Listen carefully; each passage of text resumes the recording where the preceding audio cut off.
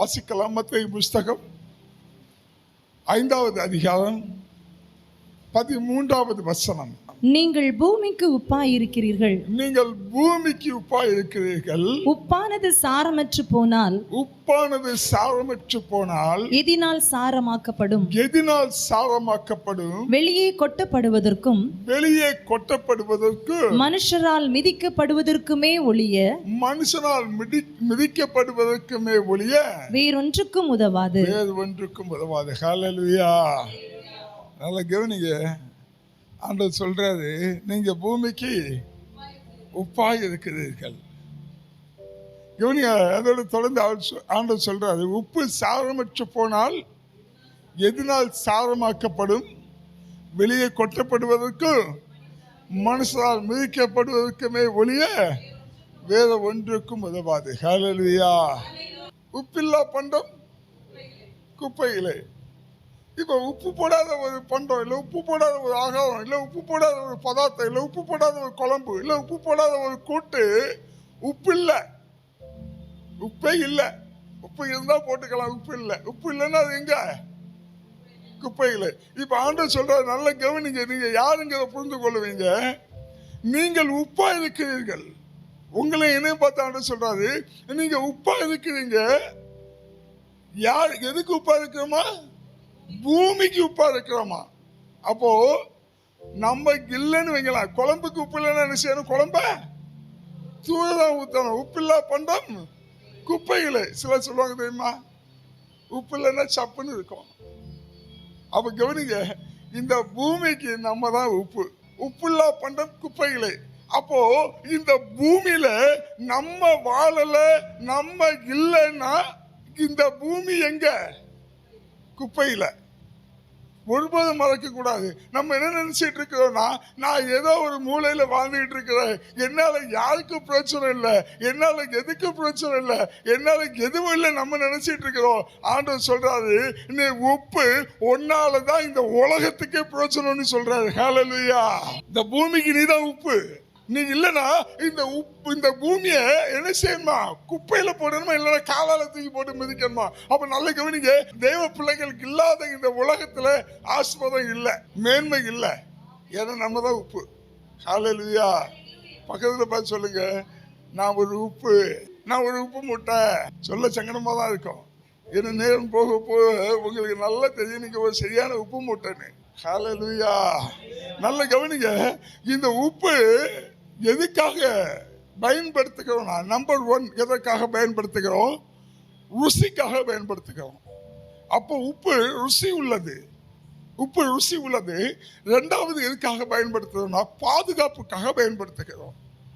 பாருங்க, இந்த பிரிட்ஜ் எல்லாம் வர்றதுக்கு முன்னாடி பதார்த்தங்களை எப்படி பாதுகாத்தாங்கன்னா உப்பால தான் பாதுகாத்தாங்க. அப்ப 2வது பாதுகாப்புக்காக உப்பு பயன்படுத்தப்படுகிறது. 3வது எதுக்காக பயன்படுத்தப்படுகிறது அப்படின்னு கேட்டீங்கன்னாக்கி, இந்த உப்பு சுத்திகரிப்புக்காக பயன்படுத்தப்படுகிறது. ஹல்லேலூயா. நல்ல கவனிங்க. பதார்த்தங்களை பாதுகாக்க உப்பு பயன்படுத்தப்படுகிறது, சுத்திகரிப்புக்காக பயன்படுத்தப்படுகிறது, மட்டுமல்ல ருசிக்காக இந்த உப்பு பயன்படுத்தப்படுகிறது. ஆண்டவர் சொல்றாரு, நீதான் இந்த பூமிக்கு ருசி, நீதான் இந்த பூமிக்கு சுத்திகரிப்பு, நீதான் இந்த பூமிக்கு பாதுகாப்பு. ஹல்லேலூயா. ஏன்னா நீ பூமிக்கு உப்பா இருக்கிறாய். ஆண்டவர் உங்களை என்னையோ எப்படி வச்சிருக்கிறா, இந்த பூமிக்கு, இந்த உலகத்துக்கு உப்பாய் இருக்கும்படி வைத்திருக்கிறார். ஹல்லேலூயா. உப்பு அழகுக்காக அலமாரியில் வைக்கப்படுகிற பொருள் அல்ல. உப்பு அநேகருக்கு பயன்படும்படியாக பயன்படுத்தப்படுகிற ஒரு பொருள். அது ஒருபோதும் அழகுக்காக அலமாரியில் வைக்க முடியாது. உப்பை பயன்படுத்துவாங்க, அது பயன்படக்கூடியது. அப்ப கவனிங்க, நம்ம பயன்பட வேண்டியவர்கள். ஹல்லேலூயா. நம்ம சும்மா அலங்கார பொருள் அல்ல, நம்ம கர்த்தருடைய கரத்திலிருந்து பயன்படுகிறவர்கள். ஹல்லேலூயா. இப்போ பயன்படுத்தணும்னா சும்மாலாம் ஒன்றும் பயன்படுத்த முடியாது. இப்போ ஹோட்டலுக்கு போகிறோம்ல, ஹோட்டலுக்கு போகும்போது பார்த்தீங்கன்னா நம்ம கையில் ஒரு அட்டவணையை கொடுப்பாங்க. இந்த அட்டவணையில் நீங்கள் வாசிக்கும் போது நல்ல சிக்கன் பிரியாணி, மட்டன் பிரியாணி, கொத்துக்கோழி, நூடுல்ஸு, ஃப்ரைட் ரைஸு, என்னென்னமோ பட்டியல் போட்டு கொடுத்துருப்பாங்க. இந்த பட்டியலில் எங்கேயாவது உப்பு இருக்குமா? இருக்காது. ஆனா உப்பை கொண்டு எங்க தெரியுமா வச்சிருப்பாங்க? ரொம்ப இம்பார்ட்டன்டான மேசையில வச்சிருப்பாங்க. எல்லா மேசையிலும் உப்பு இருக்கும். கொஞ்சோல உப்பு அக்கறைக்கு ருசி உள்ளதாய் மாற்றிடும். ஹல்லேலூயா. அதே போலதான் பாருங்க, நம்ம எல்லாருக்கும் குறைச்சல் உள்ளவர்களா தான் இருப்போம். நம்மளை பார்த்து அற்பமா தான் இருப்போம். ஆனா நம்ம தான் அநேகருடைய வாழ்க்கையில ருசியை கொடுக்க போறோம். ஹல்லேலூயா. நம்ம தான் அநேகருக்கு பிரயோஜனமா இருக்க போறோம். நம்மளை பார்த்தா எப்படி போல சீப்பா இருப்போம். உப்புக்கு விலை உண்டா? எல்லாத்தையும் விட விலை கம்மியானது. உப்பு நிசாரமானது. அப்படிதான் இந்த உலகம் நம்மளை நிசாரமா பார்க்குது. ஆனா ஒண்ணு புரிஞ்சுக்கிடுங்க, உப்பு இல்லைன்னா உலகமே இல்லை. இப்ப சொல்லுங்க, நான் இல்லைன்னா இந்த உலகமே இல்லை. பக்கத்துல சொல்லுங்க, நான் இல்லைன்னா இந்த உலகம் இல்லை. எனக்கு என்னதான் இந்த உலகத்துக்கான உப்பை வச்சிருக்கிறாரு. என்ன பொருட்களை எவ்வளவு அதிகமா ரெடி பண்ணி வச்சாலும் சரி, உப்புங்கிற நான் இல்லைன்னா அத்தனையும் குப்பையில தான். அப்ப கவனிங்க, ஆண்டவர் சொல்றாரு, நீ இந்த உலகத்துக்கு, இந்த பூமிக்கு உப்பா இருக்கிற, நீ இல்லைன்னா பூமியே குப்பைதான். ஹல்லேலூயா. பாருங்க, இவ்வளவு உச்சிதமான இந்த உப்புக்கு இவ்வளவு காரியத்தை ஆண்டவர் சொல்றாரு. இந்த உப்பு எப்படி உருவாக்கப்படுது? கடல் இருக்குல்ல, இந்த கடல் வந்து உலகம். கடலை உலகமா பாருங்க, கடல் தான் உலகம். கவனிங்க, இந்த கடல்ல இருந்து என்ன செய்யறாங்கன்னா, தண்ணியை எடுத்து கடலுக்கு அருகாமையிலே பாத்திகளை கட்டுறாங்க. இது உப்பளம்னு சொல்றோம். கடலுக்கு பக்கத்துல என்ன பண்றாங்க? உப்பளத்தை அமைக்கிறாங்க. இப்போ கடல் இருக்குன்னா கடலுக்கு பக்கத்துல ஒரு உப்பளத்தை அமைப்பாங்க. எதுக்குன்னா, இந்த கடல்ல இருந்து தண்ணியை கொண்டு வந்து இந்த உப்பளத்தை கொண்டு வர்றதுக்காக. இந்த உப்பளம் எப்படி இருக்குன்னா, இத உப்பு வயல்னு சொல்றாங்க. உப்பளம் இது எப்போதுமே எதுக்கு பக்கத்துல இருக்கும் தெரியுமா? கடலுக்கு பக்கத்துல தான் இருக்கும். கடல் கன்னியாகுமரியில இருக்கு, நாகர்கோயில் உப்பளம் வைக்க மாட்டாங்க. கடல் எங்க இருக்குது அங்கதான் உப்பளம் இருக்கும், அதுக்கு பக்கத்துல. இப்ப கவனிங்க, கடலுக்கு பக்கத்துல உப்பளம் இருக்கும். அது எப்படி இருக்கும்னு கேட்டீங்கன்னா, விதவிதமா, ஒண்ணு சின்னதா இருக்கும், ஒண்ணு பெருசா இருக்கும், ஒண்ணு முக்கோணமா இருக்கும், ஒண்ணு சதுரமா இருக்கும். இப்படி பல தரப்புல என்ன செய்வாங்கன்னாக்கி இந்த உப்பு வயலை அமைப்பாங்க. இத பாத்தின்னு சொல்றாங்க. கவனிங்க, பாத்தின்னு சொல்லி இதை அமைச்சுக்கிட்டு அடுத்தது என்ன பண்ணுவாங்கன்னா, கடல்ல போய் வாளியை போட்டு தண்ணியை கோரி கொண்டு இந்த உப்பளத்துல ஊத்துவாங்களா? ஊத்த மாட்டாங்க. கடல்ல இருந்து ஒரு வாய்க்கால் வெட்டி இந்த உப்பளத்துக்கு கொண்டு வருவாங்க. அது கடல்ல இருந்து வெட்டி கொண்டு வர மாட்டாங்க. என்ன செய்வாங்கன்னா, உப்பளத்துல இருந்து கடலை நோக்கி வெட்டிட்டு போவாங்க வாய்க்கால். ஹல்லேலூயா. இதுக்குன்னா இந்த கடல் தண்ணியை உப்பளத்துக்கு கொண்டு வர்றதுக்காக. கடல் தண்ணியை முழுசா உப்பளத்துக்கு கொண்டு வந்தவங்களா இல்ல. கடலுடைய அளவு பெருசு. சொல்லுங்க பக்கத்துல, கடலுடைய அளவு பெருசு. அதுல இருந்து உப்பளத்துக்கு கொண்டு வருகிற தண்ணீருடைய அளவு சிறுசு. ஒண்ணுமே புரியல, அப்படித்தான் இருக்கும். நல்லா கவனிங்க, கடல்ல இருந்து உப்பளத்துக்கு கொண்டு வர்ற தண்ணி சிறுசு. இப்ப கவனிங்க, இந்த கடல் தான் உலகம். இந்த கடல்ல இருந்து கொஞ்சம் தண்ணியை பிரித்தெடுத்து கொண்டு வருகிறார்கள் இந்த உப்பளத்துக்கு. இதுதான் நீங்களும் நானும். இந்த சின்னதா பெருசெல்லாம் இந்த உலகத்துக்கு பக்கத்துல, இந்த கடலுக்கு பக்கத்துல இருக்குல்ல உப்பளம், இதான் சபை. நல்லா கவனிச்சுடுங்க. இந்த சபைகள் எப்பொழுதுமே எப்படி இருக்கும்னா, ஒரே அளவில் இருக்காது. சில சபைகள் சின்னதா இருக்கும், சில சபைகள் பெருசா இருக்கும், சபைகள் எல்லாம் விதவிதமா இருக்கும். இப்ப இந்த கடல்ல இருந்து தண்ணியை கொஞ்சமா கொண்டு வந்து இந்த உப்பளங்கிற இந்த பாத்திக்குள்ள தண்ணியை நிரப்புறாங்கல்ல. இப்படிதான் இந்த உலகத்திலிருந்து உங்களையும் என்னையும் கொஞ்சமா பிரித்து கொண்டு வந்து இந்த பாத்திகளுக்குள்ளால, இந்த சபைகளுக்குள்ளால நம்மளை வைத்திருக்கிறாரு. ஹல்லேலூயா. இப்ப நம்ம எல்லாம் யாருன்னா, கடல்ல இருந்து உலகத்துல இருந்து பிரித்து எடுத்து பாத்திக்குள்ள சபைக்குள்ள வச்சிருக்கிற தண்ணி. கடல் தண்ணி, உலகத்தின் தண்ணி. நம்ம இப்ப நம்ம எல்லாம் எங்க இருக்கோம்? பாத்திக்குள்ள, சபைக்குள்ளால இருக்கோம். இப்ப கவனிங்க, கடலுக்குள்ளால இருந்து எப்படி கொண்டு வந்தாங்கன்னா, வாளியை போட்டு இழைச்சு கொண்டு வரல, வாய்க்கால் வெட்டி கொண்டு வந்தாங்க. பக்கத்துல சொல்லுங்க, வாய்க்காலை வெட்டி உங்களை பாத்திக்குள்ள கொண்டு வந்தாங்க. வாய்க்கால் என்ன தெரியுமா? காலால நடந்து வாயால சொல்றதுதான் வாய்க்கால். காலால நடந்து வாயால நமக்கு நல்ல செய்தியை சொல்லி அந்த உலகத்துல இருந்து நம்மள என்ன செஞ்சாங்க? பிடிச்சு கொண்டு வந்தாங்க. இது கடல்ல இருந்து வரல. வாய்க்கால் எங்க இருந்து போகும்னா இது பாத்திக்குள்ள இருந்து, இந்த சபைக்குள்ள இருந்து அப்படியே கடலை நோக்கி போகும். கொஞ்சமா வெட்டி வெட்டி வெட்டி வெட்டி இதை நீங்க வாய்க்கால்னு சொல்லலாம், கால்வாய்னு சொல்லலாம். கால்வாய்னு சொல்ற காலால நடந்து வாயால சொல்லி கூட்டு வருது. வாய்க்கால்னு சொன்னா வாயால சொல்லி காலால நடந்து கூட்டு. ஆக மொத்தம் கடல்ல இருந்து கொஞ்சம் பிரிச்சு கொண்டு வந்து எங்க வைக்கிறோம்? சபைக்குள்ள வைக்கிறோம், பாத்திக்குள்ள வைக்கிறோம். இப்போ பாத்திக்குள்ள வச்சாச்சு. பாத்திக்குள்ள வச்சாக்கி நம்ம எப்படி இருக்கணும்? கடல்ல கொந்தளிக்கிறதுமா என்ன செய்யக்கூடாது? கொந்தளிச்சுட்டு கிடக்க கூடாது. கொந்தளிச்சா ஒருபோதும் நம்ம என்ன செய்ய முடியாது? உப்பாய் மாற்ற முடியாது நம்மள. அப்ப என்ன செய்யணும்னா இந்த பாத்திக்குள்ள வந்தாலே அமைதியா இருக்கும், அமைதியா இருக்கணும். நம்ம மேல சில நேரம் காத்தடிக்கும், சில நேரம் புயல் அடிக்கும், கன்றாவி எல்லாம் அடிக்கும். என்ன அடிச்சாலும் என்ன செய்யணும்னா அமைதியா இருக்கணும். பாருங்க, இந்த கடல் தண்ணீர் பாத்திக்குள்ள வச்சு உப்பாக்கப்படணும்னா அது அலை அடிக்கிறது அடிச்சுக்கிட்டே இருக்க கூடாது, அமைதியா இருக்கணும்.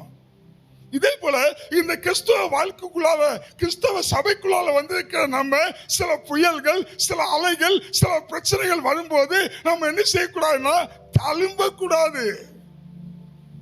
அமைதியா காத்திருக்கிற அனுபவம்.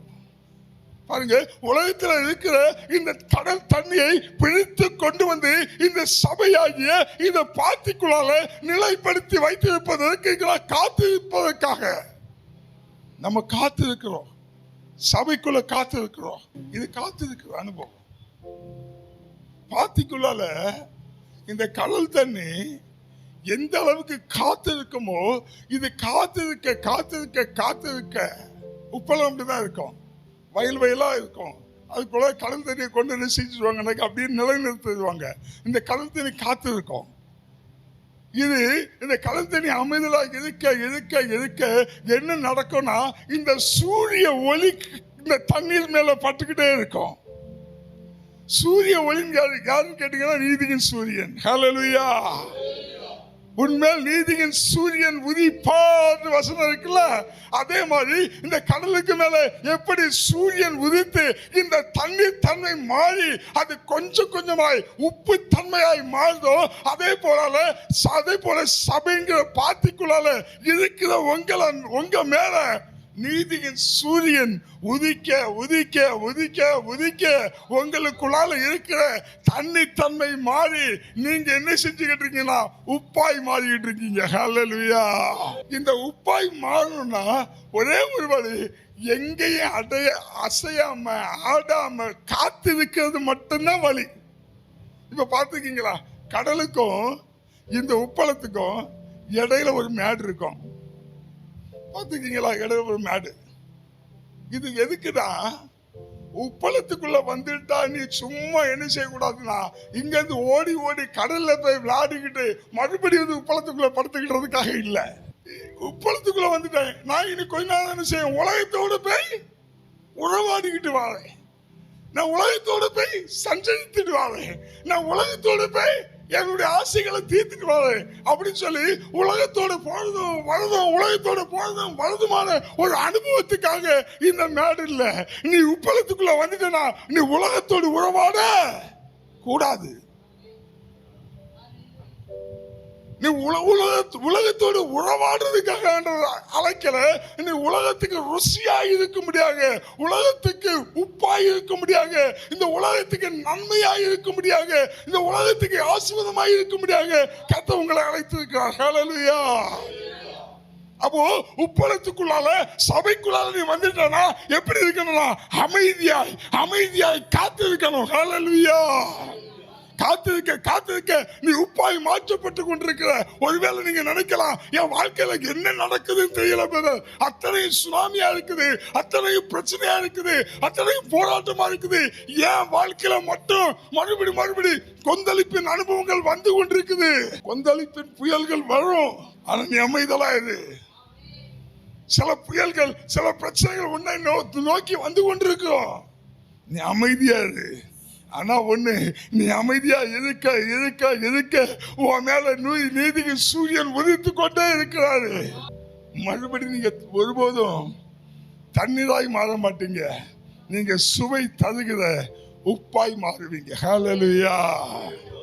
இப்போ இந்த உப்பாய் மாற்றப்பட்ட பின்னாடி இந்த உப்பை என்ன செய்யறாங்கன்னா கூட்டி அள்ளுறாங்க. கூட்டி அள்ளி சாக்குக்குள்ளால உப்பு அடைப்பாங்க. இப்போ இவ்வளவு நேரமும் இந்த சாக்கு இப்போ என்ன பேர் ஆகுது? உப்பு சாக்கு. என்ன சொல்லுன்னா உப்பு மூட்டை.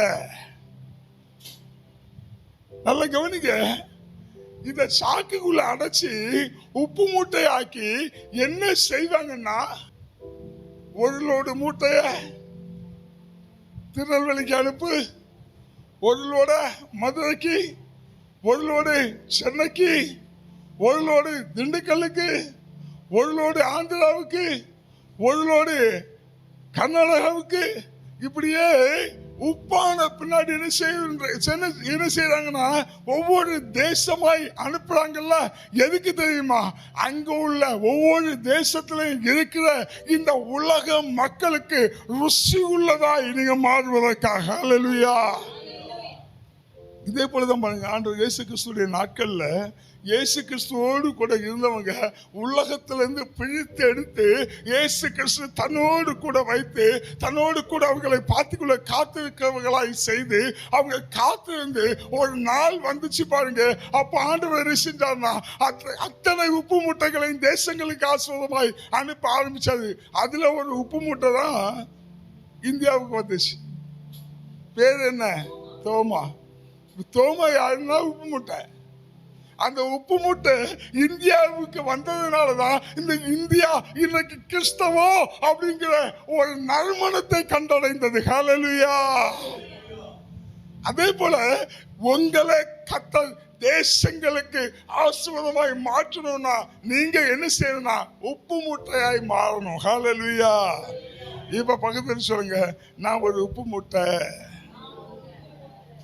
ஏன்னா ஆண்டவர் என்ன செய்யறாரா, உங்களை சபைக்குள்ள காத்திருக்க பண்ணி இந்த பூமிக்கு நீங்க உப்பாய் இருக்கும்படி, இந்த உலகத்துக்கு நீங்க உப்பாய் இருக்கும்படி, இந்த உலகத்துக்கு நீங்க நறுமணமாய் இருக்கும்படி, இந்த உலகத்துக்கு நீங்க சுவையாய் இருக்கும்படி கர்த்தர் உங்களை மாற்றிக் கொண்டிருக்கிறார்.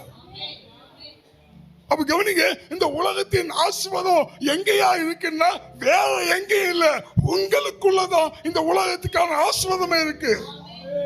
நீங்க நினைக்கலாம் நான் சாதாரணம், நான் ஒண்ணு இல்ல, என்னால எந்த பிரோஜனமும் இல்லைன்னு நீங்க நினைக்கலாம். ஆனா கர்த்தர் சொல்றாரு, இந்த நீதான் இந்த பூமிக்கு உப்பு. நீ இல்லைன்னா இந்த உலகம் இல்ல. ஹல்லேலூயா. குழம்புல உப்பு போடுறோம்ல, குழம்புல போட்ட உப்பை தேடினா பார்க்க முடியுமா? உப்பை பார்க்க முடியாது. அது குழம்போடு குழம்பாய் கலந்து போயிடும். ஒருவேளை இந்த குழம்பு நான் இருக்கிறேன்னு சொல்லி தன்னை அட்வர்டைஸ்மெண்ட் பண்ணணும்னு விரும்பிச்சுன்னு வைங்களா, நான் இருக்கிறேன்னு சொல்லி தன்னை காமிக்கணும்னு விரும்பிச்சுன்னு வைங்களா, இந்த குழம்பு இந்த உப்பு தன்னுடைய தன்மையை இந்த குழம்புக்குள்ளால நான் வெளிப்படுத்தணும் அப்படின்னு சொல்லி அது கொஞ்சம் தூக்கலாம் விளம்பரத்தை கொடுத்தா என்ன ஆகும்? உப்பு கச்சிரும். குழம்பையே என்ன செய்யணும்? தூக்கி தூரமா ஊத்தணும். அப்ப நல்லா கவனிங்க, ஒரு கிறிஸ்தவன் எப்பொழுதுமே விளம்பரம் கூடாது. ஏன்னா நம்ம கண்ணுக்கு தெரியாம தான் இருப்போம், ஆனா நம்ம யாரா இருப்போம்? அந்த பூமிக்கு உப்பா இருப்போம். நம்மளை யாருக்கு தெரியாது. என்ன தெரியலையே தெரியாது. கிறிஸ்தவம் சரியான உப்புன்னு ஏன் தெரியல அப்படின்னாக்கி இந்த கிறிஸ்தவத்துல செய்கிற சின்ன சின்ன சின்ன நன்மைகளை கூட நம்ம விளம்பரப்படுத்திட்டு இருக்கிறதுனாலதான். நல்லா கவனிங்க. ஆனா ஆண்டவர் நம்மளை எப்படி வச்சிருக்காருன்னா இந்த பூமிக்கு உப்பாய் வைத்திருக்கிறாரு. எதற்கு நாக்கி இந்த பூமிக்கு நறுமணத்தை கொடுக்க முடியாது. ஒரு கிறிஸ்தவன் இல்லாத இந்த பூமி நிச்சயமாய் ஆசீர்வாதமாய் இருக்க முடியாது. இந்த உலகத்துக்கு ஆசீர்வாதம் யாருன்னா கிறிஸ்தவன் தான். இந்த உலகத்துக்கு மேன்மை யாருன்னா கிறிஸ்தவன் தான். கிறிஸ்தவன் இல்லாத ஒரு உலகமாய் இருக்காது. எப்படி ஆகாரத்துக்கு உப்பு குறைவாயிட்டுனா அது சப்புன்னு ஆயிருமோ, உப்பு இல்லைன்னா அது எப்படி குப்பையில வீசப்படுமோ, அதே போல உப்பாகிய நீங்களும் நானும் இல்லைன்னு வைங்கள, நம்ம பூமிக்கே நறுமணம் கிடையாது. நம்முடைய தேசத்துக்கு நறுமணம் கிடையாது. நம்முடைய தேசத்துக்கு ஆசீர்வாதம் கிடையாது. அதனால பக்கத்து சொல்லுங்க, என்னுடைய தேசத்துக்கு, என்னுடைய பட்டணத்துக்கு, என்னுடைய ஊருக்கு நான் தான் உப்பு, நான் தான் உப்பு மூட்டை. சும்மா இதை வந்த உடனெல்லாம் கத்த உங்களை உப்பா பயன்படுத்த முடியாது. உங்களை என்ன செய்தார்னா கொண்டு அவருடைய பாத்திக்குள்ளால, அவருடைய சபைக்குள்ளால வைத்து அனுதினம் நீதியின் சூரியனாய் அவர் உங்க மேல உதித்து உங்களை உப்பாய் மாற்றி கொண்டிருக்கிறார். ஹல்லேலூயா.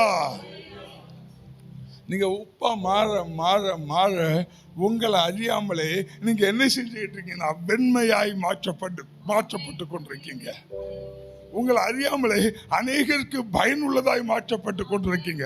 அப்ப யாராவது உங்களை அற்பமா என்னதாங்க நான் நீங்க நினைக்கணும், உனக்கு தெரியல, உன் வாழ்க்கை நல்லா இருக்கிறதுக்கு உப்பே நான் தான். நம்ம குடும்பத்தில் நம்ம அற்பமா பார்க்கறாங்க, நம்ம குடும்பத்தில் நம்மளை ரொம்ப சீப்பா பார்க்கறாங்க, நம்ம குடும்பத்தில் நம்மளை கேலனமா பார்க்கறாங்க, நம்ம குடும்பத்தில் நம்மளை ஒரு பொருட்டாவே என்னலன்னா நீங்க நினைச்சுக்கிடுங்க. நீ என்ன நினைச்சாலும் பரவாயில்ல, ஆனா இந்த குடும்பத்தின் ஆசீர்வாதத்துக்கு உப்பே நான் தான். நம்ம இல்லாம ஒருபோதும் இந்த தேசத்துக்கு ஆசீர்வாதம் இல்லை. நம்ம இல்லாம ஒருபோதும் இந்த பட்டணத்துக்கு ஆசீர்வாதம். கவனிங்க, ஒரு உப்புடைய தன்மை எப்பொழுதுமே மற்றவங்களுக்கு நறுமணமா இருக்குமே தவிர, மற்றவங்களுக்கு ருசியா இருக்குமே தவிர, மற்றவங்களுக்கு பிரோஜனமா இருக்குமே தவிர மற்றவருடைய வாழ்க்கை ஒருபோது கெடுக்கவா இருக்காது. அதனால சொல்லுங்க, நான் அநேகருக்கு பிரோஜனம் உள்ளவன், நான் அநேகருக்கு ஆசீர்வாதமானவன், நான் அநேகருக்கு ருசியானவன். ஆனா ஒண்ணு சொல்றேன், யாராலையும் உங்களை புரிந்து கொள்ள முடியாது. உங்களை சுத்தி இருக்கிறவங்க எல்லாம் எதுக்கு முக்கியத்துவம் கொடுப்பாங்கன்னா, பிரியாணிக்கு முக்கியத்துவம் கொடுப்பாங்க, ஃப்ரைட் ரைஸுக்கு முக்கியத்துவம் கொடுப்பாங்க, நூடுல்ஸுக்கு முக்கியத்துவம் கொடுப்பாங்க, சிக்கன் 65, சிக்கன் சக்கோ, இப்படி பலவிதமான காரியங்களுக்கு முக்கியத்துவம் கொடுப்பாங்க. ஆனா அங்க ஒரு மூலையில உப்பா இருப்பீங்க பார்த்தீங்களா, உங்களை கண்டுக்கவே மாட்டாங்க. நீங்க நினைக்கிறீங்க என்ன கண்டுக்கல, என்ன ஏன்னு கேட்கல, என்ன விசாரிக்கல, என்ன பார்த்துக்கிட்டு பார்க்காத மாதிரி போறாங்க. என்ன ஒரு பொருட்டாவே நம்ம சொல்றோம்ல பாருங்க, ரசிக்கப்பட்டு நம்ம தான் அநேகம் சொல்றோம், என்ன ஒரு பொருட்டாவே மதிக்கிறது கிடையாது பிரதர். நான் ரசிக்கப்பட்டுங்கிறதுனாலயே என்ன தள்ளி வச்சுட்டாங்க பிரதர், நான் சபைக்கு போறேங்கிறதுனாலயே என்ன ஒதுக்கி வச்சுட்டாங்க பிரதர். ஏன் தெரியுமா? அதெல்லாம் பிரியாணி, நீ உப்பு. ஒண்ணு புரிந்து கொள்ளுங்க, நீ இல்லைன்னா பிரியாணி இல்ல, நீ இல்லைன்னா நூடுல்ஸ் இல்ல, நீ இல்லைன்னா கொத்து கோழி டொக்கோ கோழி எல்லாம் இல்ல. அப்ப கவனிங்க, நான் ரொம்ப இம்பார்ட்டன் யாரு தெரிஞ்சிருக்கணும்? நம்ம தெரிஞ்சிருக்கணும். உப்பு கொஞ்சமா தான் இருக்கும், ஆனா அதுதான் என்ன செய்யும்? அநேகத்தை ருசி உள்ளதாய் மாற்றும். ஹல்லேலூயா. நீங்க கொஞ்சமா தான் இருப்பீங்க, நீங்க அற்பமா தான் இருப்பீங்க, நீங்க சின்னதா தான் இருப்பீங்க, நீங்க எல்லாருடைய பார்வைக்கும் ரொம்ப ஒதுக்கப்பட்டதா இருப்பீங்க. ஆனா நீங்க தான் அநேகருக்கு ஆசீர்வாதமா இருக்க போறீங்க. ஹல்லேலூயா, ஹல்லேலூயா. இப்ப சொல்லுங்க, நான் ஒரு உப்பு மூட்டை, நான் ஒரு உப்பு மூட்டை, நான் தேசங்களுக்கு ஆசீர்வாதமாய் போவேன், நான் பட்டணங்களுக்கு ஆசீர்வாதமாய் போவேன். நான் தான் இந்த பூமிக்கு உப்பு. நான் இல்லைன்னா இந்த பூமி வேஸ்ட். உப்பு இல்லாத பண்டம் குப்பையில. உப்பு இல்லைன்னா சப்புன்னு போயிடும். அப்ப கவனிச்சுங்க, இந்த உலகம் நீங்க இல்லைன்னா சப்புன்னு போயிடும். இந்த உலகத்துல நீங்க இல்லைன்னா இந்த உலகத்துக்கு ருசி இல்லை. ஒரு விஷயம் கூட இந்த வசனத்தை தயவு செய்து கூர்ந்து கவனிங்க. அவன் சொல்றாரு, நீங்க உலகத்துக்கு இந்த பூமிக்கு உப்பாய் இருக்கிறீர்கள். அப்ப கவனிங்க, ஆண்டவர் சொல்றாரு, உப்பு சாரமற்று போனால் வெளியே கொட்டப்படுவதற்கும் மனுஷால் மிதிக்கப்படுவது. அப்ப கவனிக்கலாம், நீங்க கவனிக்கலாம். இந்த பூமி இருக்கலாம், பூமி தான் உலகம். இந்த பூமிக்கு ஆண்டவர் நம்மளை எப்படி வச்சுக்கலாம்? உப்பா வச்சுக்கலாம். நமக்கு இல்லைன்னா பூமி எப்படி ஆயிடுமா சொல்லுங்க? சாரமற்று போயிடும். அப்ப கவனிக்க, நீங்க இல்லைன்னா இந்த உலகமே சாரமற்று போயிடும். ஒரு காரியத்தை சொல்றேன்.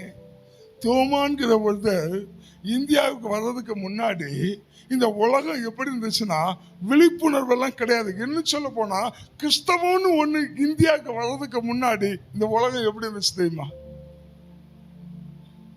அடிமைத்தனத்துக்குள்ள இருந்துச்சு. கணவர்கள் தான் பெண்களை என்ன செய்வாங்க? ஒரு வீடியோ பார்த்தேங்க, ரொம்ப சங்கடமா இருந்துச்சு. ஒரு கணவர் இறந்து போயிட்டாரு. அந்த ஊரார் எல்லாரும் சேர்ந்து அந்த பெண்ணை வலுக்கட்டாயப்படுத்தி கொண்டு வந்து குண்டு தோண்டி அந்த பொண்ணை குண்டுக்குள்ள தள்ளி மண்ணை போட்டு மூடுறாங்க உயிரோட வச்சு. ஆனா இந்த உலகத்துல இருக்கிற எல்லா மக்களுக்கும் நன்மை எங்க இருந்து வந்துச்சு தெரியுமா? கிறிஸ்தவத்துல இருந்து வந்துச்சு. அதான் ஆண்டவர் சொல்றாரு, நீங்க பூமிக்கு உப்பா இருக்கிற, நீ இல்லைன்னா இந்த பூமி சப்புன்னு ஆயிரும். நீ பூமிக்கு உப்பா இருக்கிற, நீ இல்லைன்னா இந்த பூமி குப்பையில தான் போடணும். நீ இந்த பூமிக்கு ஆசீர்வாதமாக இருப்ப, நீ இந்த பூமியில இல்லைன்னா இந்த பூமி நாசமா போயிடும். அப்ப கவனிங்க, ஒரு கிறிஸ்தவன் என்ன நினைக்கணும்னா, நான் இருக்கிறதுனாலதான் இந்த பூமிக்கு ஆசீர்வாதம், நான் இருக்கிறதுனாலதான் இந்த பூமியில நன்மை, நான் இருக்கிறதுனாலதான் இந்த பூமியில மேன்மை. நம்ம நினைச்சிட்டு இருக்கிறோம் நான் சாதாரணம்னு. ஆண்டவர் சொல்றாரு, நீ சாதாரணம் இல்ல, இந்த பூமிக்கு ருசி கொடுக்கிற உப்பு நீ. உன்னை கொண்டுதான் இந்த பூமியில நான் நறுமணமான காரியங்களை செய்துகிட்டு இருக்கிறேன், இந்த நன்மைகளை செய்து கொண்டிருக்கிறேன். என் ஜனங்களுக்குள்ளால இன்னைக்கு ஒரு விடுதலையை கொண்டு வந்துட்டு இருக்கிறேன். ஒன்று சொல்றேன், கிறிஸ்தவன்னு ஒண்ணு இந்த இந்தியாவுக்குள்ள வரலன்னு வைங்களேன், இன்னைக்கு இந்த இந்தியாவுக்கு இருள் அடைஞ்சு போய் தான் இருந்திருக்கும். ஜனங்கள்லாம் எப்படி இருந்தாங்கன்னா அடிமைத்தனத்துக்குள்ள இருந்தாங்க. ஜனங்களுடைய வாழ்க்கையில ஒரு ருசி இல்லை, ஒரு வாசனை இல்லை. அப்ப கவனிங்க, இந்தியாவுக்கு ஒரு வாசனைய, ஒரு ருசிய, ஒரு டேஸ்ட தோமா கொண்டு வந்தார்னா, இன்னைக்கு என் பட்டணத்துக்கு நான் தான் ருசி உள்ள உப்பு. ஒருபோது நீங்க மறந்து போயிடக்கூடாது, நீங்க சாதாரணமே கிடையாது. நீங்க சாதாரணமே கிடையாது. ஒருவேளை நீங்க ஒரு மேசையில ஒதுக்கி வைக்கப்பட்ட பொருளா இருக்கலாம், ஆனா அங்க எப்படிப்பட்ட பதார்த்தங்கள் இருந்தாலும் சரி, நீங்க இல்லைன்னா அங்க ஒண்ணும் இல்லை. இப்ப பக்கத்துக்கு சொல்லுங்க, நான் இல்லைன்னா கை கொடுத்து சொல்லுங்களா, நான் இல்லைன்னா இந்த நாடுல கையை கொடுத்துட்டு இருக்காங்க சொல்லுங்க, நான் இல்லைன்னா இந்த உலகத்துல ஒண்ணும் இல்லை, இந்த பூமியில ஒண்ணும் இல்லை. என்னுடைய வாசனை அப்படிப்பட்டது, என்னுடைய தன்மை அப்படிப்பட்டது, என்னுடைய ருசி அப்படிப்பட்டது. என்னை கர்த்தர் அப்படி உருவாக்கி இருக்கிறாரு. நான் ஏன் சபைக்கு வந்தேன் தெரியுமா? நான் ஏன் சபைக்கு வந்தேன் தெரியுமா? நான் கடல்ல இந்த உலகத்துல அப்படியே கொந்தளிச்சுட்டு வெளியே வந்துக்கிட்டு அப்படியே உள்ள போயிடுது. அலையை பத்திருக்கீங்களா? மாயை கடல் அழகுக்குல்ல அப்படி சீறி பாய்ச்சி வந்த மாதிரி வரும். கதையில வந்த உடனே சப்புன்னு போயிடும். அது கொந்தளி, அது எப்போது இருக்கா தூக்கிட்டு போவோம், அது எப்போது இருக்கா, அது எப்போதுமே கொந்தளிச்சுக்கிட்டே கிடக்கும். ஆனா பிரயோஜனம் ஒண்ணும் இல்லை. நான் கொந்தளிக்க மாட்டேன், நான் தழும்ப மாட்டேன், ஆனா நான் அமைதியா தான் இருப்பேன். அநேகருக்கு ருசி உள்ளவனாக இருப்பேன். அநேகருக்கு ருசி உள்ளவனாக இருப்பேன்.